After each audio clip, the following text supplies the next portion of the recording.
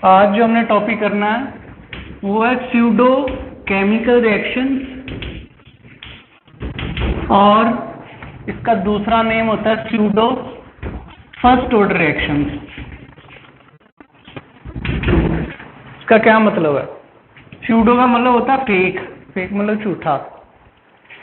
तो कई chemical reaction जो होते हैं वो होते हैं किसी और ऑर्डर के हैं, पर अंडर सम कंडीशन वो फर्स्ट ऑर्डर रिएक्शन की तरह बिहेव करेंगे।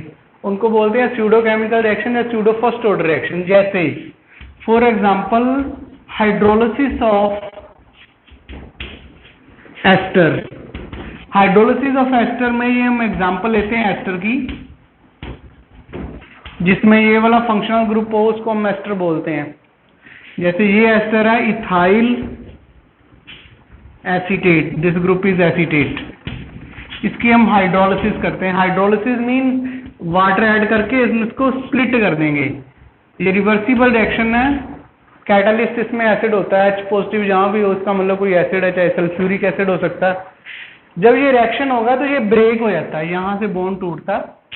जो वाटर है उसका OH ग्रुप इधर लग जाएगा, इट विल बिकम CH3COOH, और H इसके साथ आ जाएगा, ये बन जाएगा इथेनॉल। तो ब्रेक हो जाता है into acetic acid and ethyl alcohol. अब इसमें दो रिएक्टेंट हैं जो इन्वॉल्व हैं। वैसे ये सेकंड ऑर्डर रिएक्शन है। सेकंड ऑर्डर का मतलब समझाया था कि इसके कितनी कंसंट्रेशन पे डिपेंड करता है। इसमें first order with respect to water, first order with respect to ethyl acetate. मतलब अगर आप इसकी कंसंट्रेशन डबल करोगे तो रेट डबल हो जाता है, इसकी करोगे तब भी डबल हो जाता है। बट अंडर सम कंडीशंस ये ऐसा नहीं रहता। कौन सी वो कंडीशन है जिनमें ये ऐसा नहीं होगा? जब वाटर हम एक्सेस में यूज करेंगे, मतलब वाटर बहुत ज्यादा लेंगे और ये बहुत कम हो उसके कंपैरेटिवली।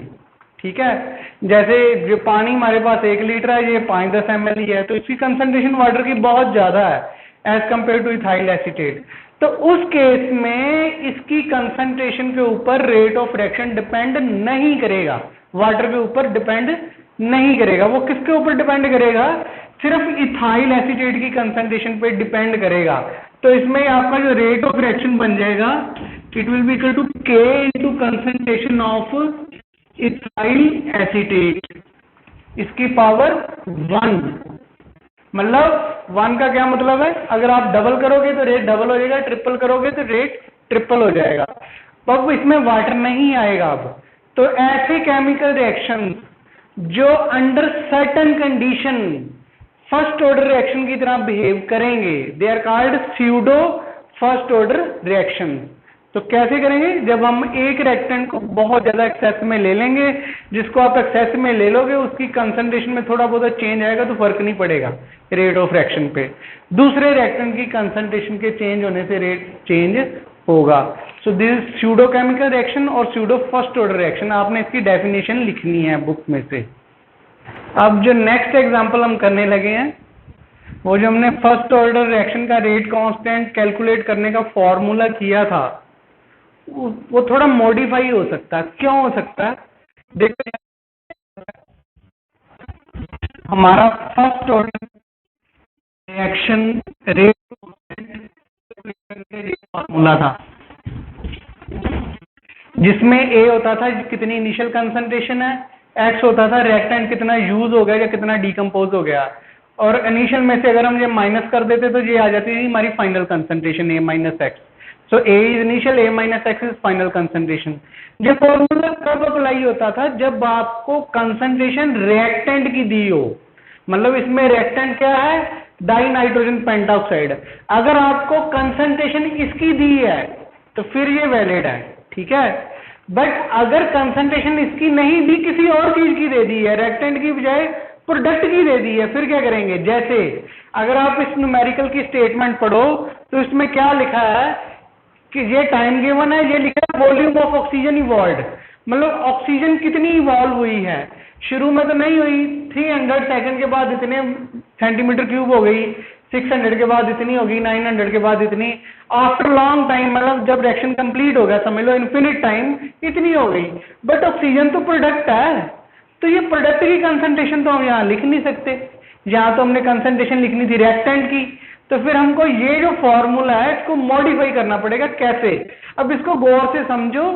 ये अकॉर्डिंग टू आपको क्या पूछा गया, आपको खुद अपना दिमाग अप्लाई करना पड़ेगा। मैं एक एग्जांपल बता रहा हूं। अब इसमें जो ऑक्सीजन बन रही है वो कब प्रोड्यूस हो रही है? जब ये डीकंपोज होगा। अगर ये N2O5 टूटेगा तभी ये बनेगा ना, उसके बगैर तो नहीं बन सकता। ठीक है, तो जब ये पूरा टूट जाएगा, पूरा कंप्लीट टूट गया, तो maximum amount of oxygen evolve हो जाएगा। उसके बाद तो होना नहीं जब ये पूरा टूट गया। तो ये पूरा कब टूटता है, पूरा कब डीकंपोज होता है? जब इन्फिनिट टाइम हो गया, मतलब जितना टूटना था टूट गया, मतलब वी इन्फिनिटी।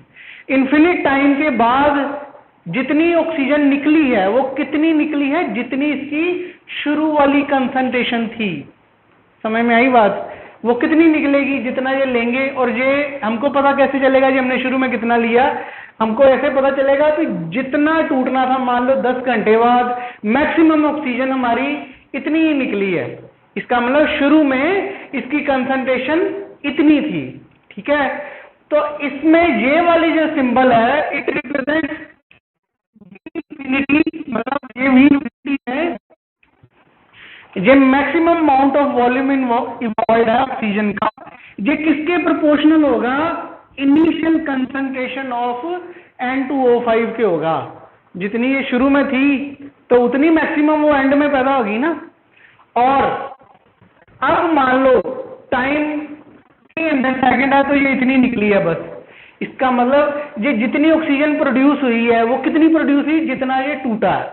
अगर ये कम टूटेगा तो वो कम प्रोड्यूस होगी, अगर वो ज्यादा टूटेगा तो फिर वो ज्यादा प्रोड्यूस होगी। ठीक है जी। तो अब आफ्टर 300 ये इतनी प्रोड्यूस हुई है। ठीक है, आफ्टर 600 इतनी हुई है। तो क्या लिख सकते हैं? किसी भी गिवन टाइम पे जितना वॉल्यूम ऑक्सीजन का इवॉल्व हुआ है किसके प्रोपोर्शनल है? के एक्स, मतलब ये कितना टूटा है, जितना ये टूटा उतनी ऑक्सीजन इवॉल्व हुई ना। अब हमने फाइनल कंसंट्रेशन नहीं होती है, तो A minus x will be equal to v infinity minus v t. तो ये फॉर्मूला अप्लाई होगा। दिस फॉर्मूला जो है मॉडिफाई होकर ये फॉर्मूला क्या बन जाएगा? ए की जगह पे आ जाएगा वी इंफिनिटी और A माइनस एक्स की जगह आएगा we infinity minus v t. तो अब अगर आपने कैलकुलेट करना है तो इसमें K की वैल्यू सपोज हमने कैलकुलेट करनी है इस न्यूमेरिकल में। तो आपको K की वैल्यू कैलकुलेट करने के लिए क्या करेंगे? पहले K जब टाइम है हमारे पास सपोज करो 300 सेकेंड, तो कितना आएगा? 2.303 टाइम माना गया 300 लॉग ऑफ वी इंफिनिटी। ये इनिशियल कंसंट्रेशन की जगह 34.75 और नीचे क्या आएगा? A minus x. A minus x mean we infinity minus v T. We infinity हमारा 34.75 है और टाइम हमने 300 लिया है, तो 300 के सामने वाला जो वॉल्यूम है वो क्या है? वी टी है। So it will be equal to 3.42। इसको डिवाइड करके सॉल्व कीजिए, K की वैल्यू आ जाएगी। ऐसे ही सेकंड के हम तब निकालेंगे जब टाइम जितना दिया। इसको हम समझने के लिए वैसे वैल्यू सेम आएगी क्योंकि सेम रिएक्शन है। अब अब हमने टाइम लिया है। इनिशियल कंसंट्रेशन जैसे बताया वी इंफिनिटी होगी, फाइनल अब कितनी हो जाएगी? वीटी मतलब अब 600 वाला सेकंड वाला लिया है तो वही वॉल्यूम लेना है। Now volume is 6.30। तो आप इसको सॉल्व करेंगे ऐसे ही 2.303 upon 900 log of initial concentration इस केस में वी इंफिनिटी, नीचे फिर we infinity minus v T. इसको हम माइनस कर देंगे। ये 900 टाइम है, उसके सामने वाला वॉल्यूम आ गया 9.5। तो इस तरीके से आप इनको सॉल्व करेंगे। अगर आपको रिएक्टेंट की जगह प्रोडक्ट की कंसंट्रेशन गिवन हो, जो जरूरी नहीं है रिएक्शन हर बार यही हो, इसकी जगह कोई और भी रिएक्शन हो सकता है, पर आपने देखना अगर प्रोडक्ट की कंसंट्रेशन है तो आपको वो फॉर्मूला थोड़ा मॉडिफाई करना पड़ेगा। ठीक है जी। अब जो टॉपिक मैं बताने लगा हूं वो है इन्वर्जन ऑफ केन शुगर। इसका क्या मतलब है? केन शुगर होती क्या है? केन शुगर होती चीनी जो आप खाते हैं, जिस कॉल्ड केन शुगर, क्योंकि शुगर केन से मिलती है जो चीनी। तो केन शुगर का ये फॉर्मूला है, chemically it is known as, biologically it is known as sucrose, और ये डेक्स्ट्रो रोटेटरी होती है। इसका क्या मतलब है ये आपको पहले एक्सप्लेन किया हुआ है, फिर बता देता हूं। जब शुगर के सॉल्यूशन में से आप प्लेन पोलराइज लाइट पास करोगे तो उस प्लेन पोलराइज लाइट को ये 66.5 डिग्री राइट साइड पे रोटेट करती है। जब राइट पे रोटेट करे उसको बोलते हैं डेक्स्ट्रो रोटेटरी। तो ये शुगर होती है वो डेक्स्ट्रो रोटेटरी होती है, प्लस इंडिकेट ये डेक्स्ट्रो रोटेटरी है। जब हम इसको वाटर में डिसॉल्व करते हैं, अब इसका वाटर के साथ रिएक्शन करते हैं, तो वाटर के साथ रिएक्शन होने पे ये ब्रेक हो जाती है। इसको हम हीट करके ब्रेक कर सकते हैं, बॉडी में वैसे हो जाती है एंजाइम की मदद से। तो ये सुक्रोज जो है हाइड्रोलिसिस होती है इसकी, ये स्प्लिट हो जाती है ग्लूकोज एंड फ्रक्टोज में। अब जो ग्लूकोज होती है इसके एक मॉलिक्यूल के टूटने से एक मॉलिक्यूल ग्लूकोज का बनता है, एक मॉलिक्यूल फ्रक्टोज का बनता है। जो ग्लूकोज होती है वो भी डेक्स्ट्रो रोटेटरी होती है। ग्लूकोज डेक्स्ट्रो रोटेटरी मतलब वो भी प्लेन पोलराइज लाइट को रोटेट करती है राइट साइड पे, पर वो 52.5 डिग्री करती है। और जो फ्रक्टोज बनती है वो लीवो रोटेटरी होती है। लीवो रोटेटरी मतलब वो प्लेन पोलराइज्ड लाइट को लेफ्ट की तरफ रोटेट कर देगी। ठीक है। अब एक मॉलिक्यूल है इसका, इसके टूटने से एक इसका बन गया, एक इसका बन गया, मतलब ये तो खत्म होगी। पहले ये सॉल्यूशन क्या था? डेक्स्ट्रो रोटेटरी था, अकेली सुक्रोज थी। जब वो टूट गई, अब इसको छोड़ दो, ये टूट गई, तो ये दोनों मिल गए, बराबर का मिला है। राइट की तरफ रोटेट कर रहा है, एक लेफ्ट की तरफ रोटेट कर रहा है। तो अगर आप दोनों को ऐड कर दो तो आपका आंसर कितना आएगा? -39.5 डिग्री। मतलब जितनी इसने राइट को रोटेट की थी उसने लेफ्ट को ज्यादा कर दी है, और नेट रोटेशन कौन सी रह जाएगी? आप माइनस करके देख लेना, जी नेट रोटेशन बच जाएगी लीवो रोटेटरी। तो नेट सोल्यूशन ये क्या हो जाएगा? लीवो रोटेटरी हो जाएगा। इसको हम बोलते हैं इन्वर्जन ऑफ केन शुगर। मतलब केन शुगर का सॉल्यूशन जो पहले डेक्स्ट्रो रोटेटरी था, जब हमने उसकी हाइड्रोलिसिस की तो जो मिक्सचर बना है ग्लूकोज और फ्रक्टोज का वो लीवो रोटेटरी हो जाता है।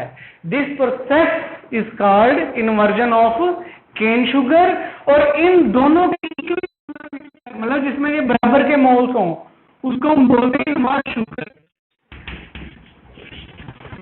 सो this is inversion of cane sugar. इसके बेस पे अगर न्यूमेरिकल आपने करना है तो करके देख सकते हो। मतलब जैसे हमने अभी, ये भी फर्स्ट ऑर्डर रिएक्शन ही है, under some condition this is first order reaction. ये वाटर की कंसंट्रेशन पे डिपेंड नहीं करेगा, इस पे करेगा। तो ये फर्स्ट ऑर्डर किनेटिक्स को फॉलो करता है। मतलब अगर आपको इसका न्यूमेरिकल आए तो फर्स्ट ऑर्डर रिएक्शन वाला फॉर्मूला ही लगेगा जो हमने पहले किया है। अगर इसकी कंसंट्रेशन दी होगी तो इसकी सिंपल कंसंट्रेशन पुट कर देनी है, बट सम टाइम इसकी कंसंट्रेशन नहीं देते। वो क्या देते हैं? वो क्या देते हैं? Optical rotation. ऑप्टिकल रोटेशन मतलब जैसे ये बताया ना, ये शुरू में सॉल्यूशन सारा डेक्स्ट्रो रोटेटरी होगा। ये जितना जितना टूटता जाएगा वो डेक्स्ट्रो रोटेशन कम होती जानी है, क्योंकि ये मिक्सचर क्या है? लीवो रोटेटरी होता है। जैसे आपको बताया, जब ये पूरा टूट गया तो पूरा लीवो रोटेटरी हो जाएगा। तो वो आपको ऑप्टिकल रोटेशन की वैल्यूज दे सकते हैं, उसके बेस पे न्यूमेरिकल पूछा जा सकता है। अगर आपने ये अटेम्प्ट करना है, आपकी बुक में गिवन है, आप उसमें से करके देख सकते हो। तो ये आपका लास्ट टॉपिक था जो मैंने करवाना था। अब आपने पूरा चैप्टर है रिवाइज करना है, उसका फिर टेस्ट होगा।